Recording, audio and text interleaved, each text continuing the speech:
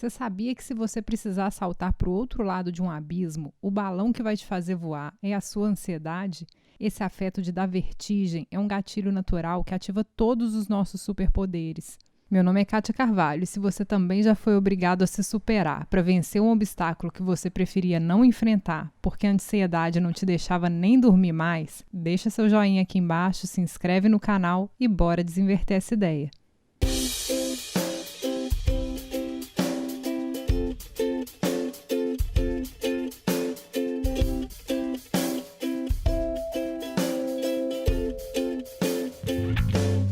A ansiedade sempre moveu a nossa inquietude criativa. O ser humano é um bichinho tão ansioso, mas tão ansioso, que passou na frente da evolução e inventou para si mesmo as ferramentas que a natureza não tinha lhe dado. Cada novo desafio que surge é superado por uma inovação que é fruto dessa capacidade que a ansiedade nos dá para antecipar o futuro. Mas se a ansiedade é tão boa assim, quando foi que viramos inimigos desse afeto? What's the problem? I think you know what the problem is just as well as I do. What are you talking about, Hal? This mission is too important for me to allow you to jeopardize it.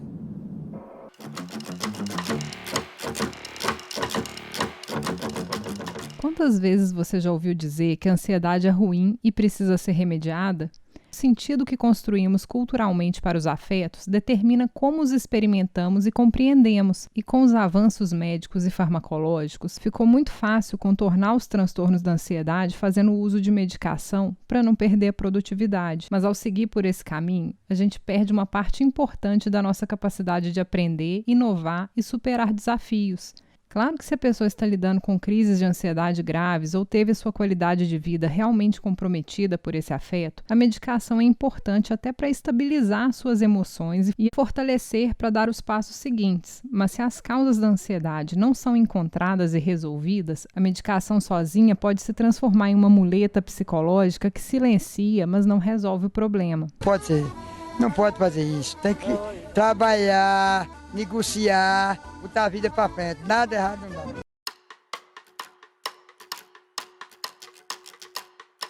No Brasil, o consumo de ansiolíticos e antidepressivos é alarmante. A cultura da medicalização do comportamento atípico já está presente no nosso país há muito tempo, com um apelo notável. E é dentro dessa cultura que estamos vivendo esse novo contexto de crise econômica agravada por uma pandemia que está provocando sucessivos momentos de mudança, incertezas e instabilidade, elevando ainda mais as chances de experimentarmos episódios de ansiedade.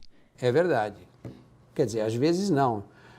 Na vida pessoal, é mais fácil identificar esses momentos de instabilidade porque as outras pessoas à nossa volta servem de medida de normalidade. Mas quando as incertezas vêm de fora, do contexto social, e afetam a todos de uma maneira ou de outra, perceber que estamos ficando ansiosos, por que isso está acontecendo ou como podemos estabilizar nossas emoções pode ser bem mais difícil. E, de fato, o consumo de ansiolíticos cresceu assustadoramente em todo o mundo desde o início da pandemia. Os motivos para estarmos ansiosos, estressados e preocupados são reais e inúmeros, e é por isso mesmo que dar um novo sentido para esse afeto nunca foi tão necessário e oportuno. Agradável ou não, a ansiedade é o afeto mais adequado ao que estamos vivendo hoje. Mas se esse afeto está te paralisando, em vez de te estimular a se preparar para esses novos desafios que já estão surgindo no caminho, então a gente tem um problema. A ansiedade é um motor muito potente, mas que pode ser facilmente transformado em uma âncora sem a gente nem notar. No episódio de hoje, a gente vai fazer engenharia reversa na ansiedade para descobrir como transformar essa âncora em motor de novo.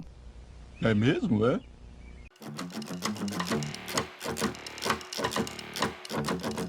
A ansiedade é uma emoção que surge como antecipação de uma ameaça futura, e quando ela chega, revira o estômago todo. A sensação que ela cria é tão vívida que é como se a ameaça já estivesse diante de nós naquele momento. Essa vivacidade, digna de um pesadelo acordado, é a característica mais marcante dessa emoção e é o que nos obriga a esmiuçar a ameaça repetidas vezes, criando cenários cada vez mais improváveis na nossa cabeça. Essa ruminação faz a ansiedade se comportar como ondas no mar, indo e vindo com mais ou menos força a cada novo cenário pintado pela nossa imaginação. É nessas repetições que a gente vai misturando um monte de outros sentimentos e emoções que vão transformar a nossa ansiedade em impulso ou obstáculo, fazendo o incômodo passar ou se tornar recorrente. O que essa emoção tenta criar são oportunidades para você explorar as possibilidades mais arriscadas dentro de um ambiente seguro, longe da ameaça. Ah, agora eu entendi!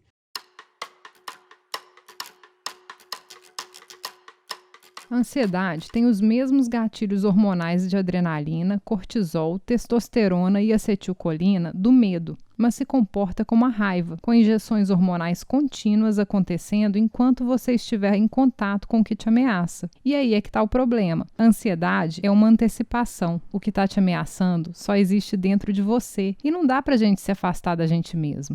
Dentro desse quadro catastrófico, como ficar ansioso poderia te deixar mais preparado para enfrentar um problema futuro? Ih, rapaz.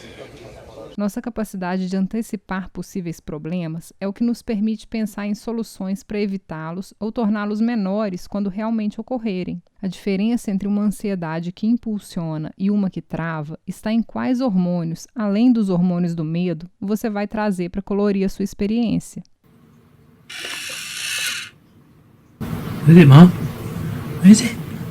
A adrenalina e o cortisol são os hormônios responsáveis pelos sintomas físicos mais notáveis da ansiedade. A taquicardia, o estômago embrulhado, agitação motora, insônia, tudo isso é causado pela presença desses hormônios. A adrenalina é o que nos deixa acelerados e impacientes. Quando estamos ansiosos, tudo é para ontem. E o problema é que esse tudo geralmente é uma coisa só, que fica voltando insistentemente, fazendo parecer que o mundo inteiro gira em torno só disso. A boa notícia é que tanto a agitação da adrenalina quanto o mal-estar do cortisol podem ser equilibrados com o ácido gama-butírico, que é nosso calmante natural. Ele também funciona muito bem para desacelerar os pensamentos ruminantes e relaxar o corpo. Podemos aumentar a produção de GABA no nosso organismo com mudanças na nossa alimentação ou aumentando a nossa atividade física em geral. Qualquer atividade física funciona, mas a prática de yoga é especialmente mais eficaz em aumentar a produção natural de GABA.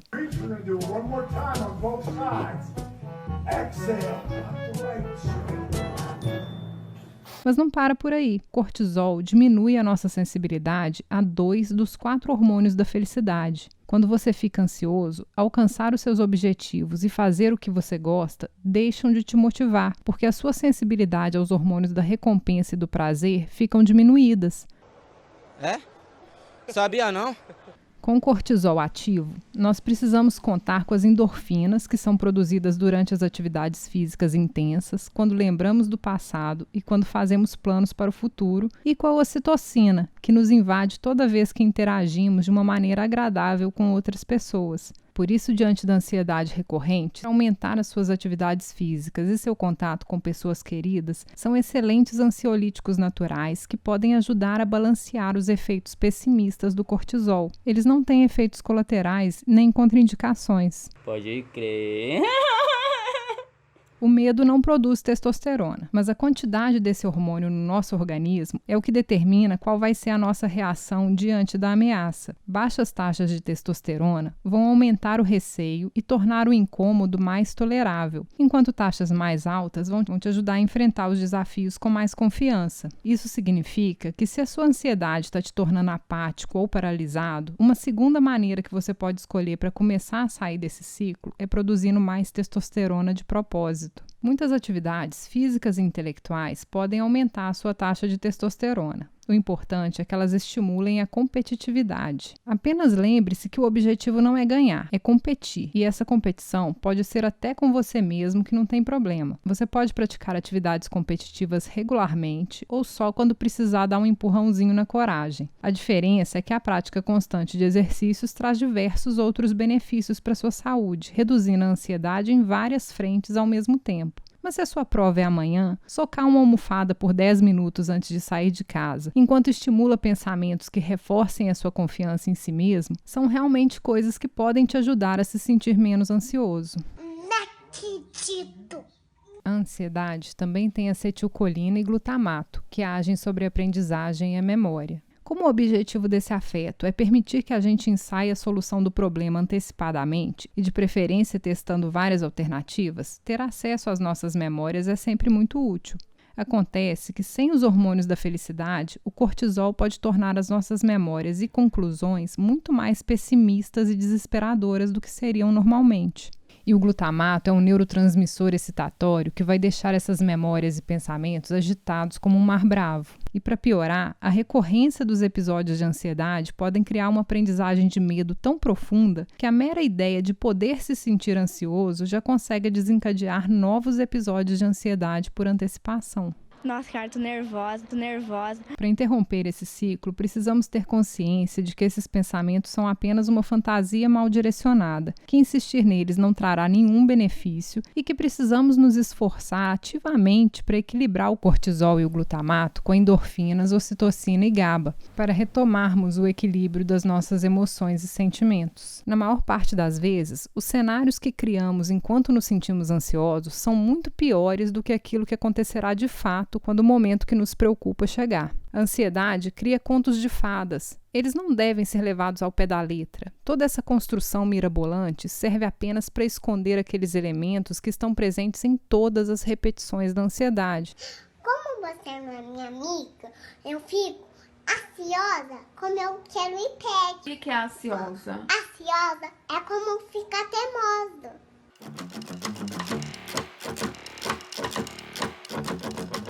Quando a ansiedade é introjetada e se transforma em um sentimento persistente, ela provoca diversas alterações na nossa esteira hedônica, nos tornando mais impacientes, inseguros e imediatistas. Como o medo e a raiva, a ansiedade não é um sentimento que diminui quando extravasado, nem quando engolido. Sentimentos assim precisam ser encarados, compreendidos e dissipados, pois o acúmulo de ansiedades traz uma série de prejuízos psicológicos, sociais e físicos que vão se espalhando e afetando cada vez mais dimensões da nossa vida. Não. À medida em que vai se tornando um sentimento persistente, a ansiedade pode se manifestar através de um aumento na duração ou na frequência dos episódios, no aparecimento de fobias ou ataques de pânico, agorafobia, insônia, tensão muscular, problemas digestivos e até doenças autoimunes. Seja como for a expressão desse sentimento para você, o grande problema da persistência da ansiedade é que ela vai erodindo a nossa autoconfiança e nossa saúde ao mesmo tempo, deixando a nossa vida cada vez mais restrita. A ansiedade é um sentimento ruminante, cumulativo e agregador. E como já vimos, os sentimentos agregadores costumam funcionar como máscara para escondermos aquelas partes de nós mesmos que não gostamos de admitir que existem. Não, eu nunca fiz isso. A senhora fez, nós temos gravado. Senhora, a senhora gravou, dá licença? Senhora. Por isso, a terceira maneira de começar a soltar os nós da sua ansiedade é seguir as pistas dos afetos secundários que a ansiedade pode estar mascarando. Em vez de lutar contra o que você está sentindo, você pode tentar observar que tipos de pensamentos, emoções e memórias aparecem junto com a sua ansiedade, buscando os elementos comuns das suas ruminações. Não se preocupe se você errar, desistir ou não conseguir se reequilibrar com facilidade. Lembre-se que você já tem dentro de você as ferramentas que você precisa. Com a prática, aprenderá a usá-las cada vez melhor. Legal! Bem louco!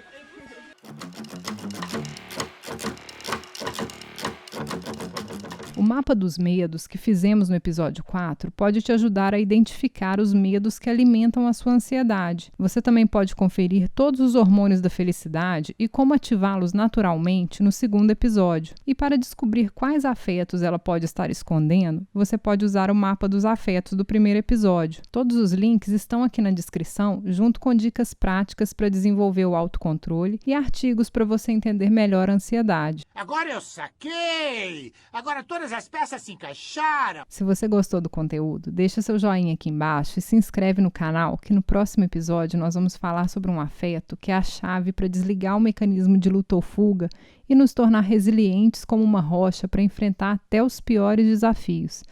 Te vejo na próxima curva dessa história.